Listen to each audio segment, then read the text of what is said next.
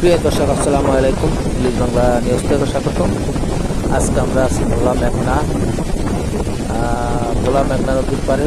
এখানে আসলে মেঘনা নদীর যে তীব্রতা আপনাদেরকে দেখানোর চেষ্টা করব।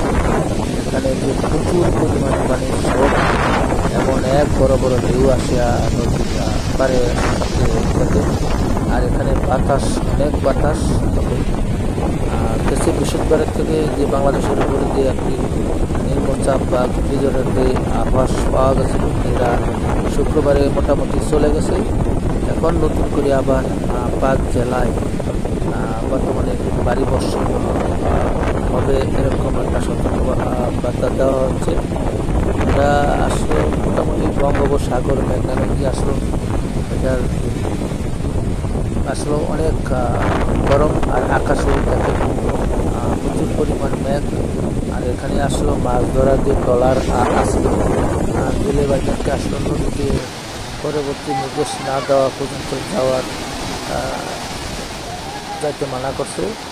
আর এখানে আসলে মোটামুটি যে নিম্ন অঞ্চলগুলো আসলে সবই জোয়ারে পানিতে ডুবে যাচ্ছে। আজকে এই পর্যন্ত।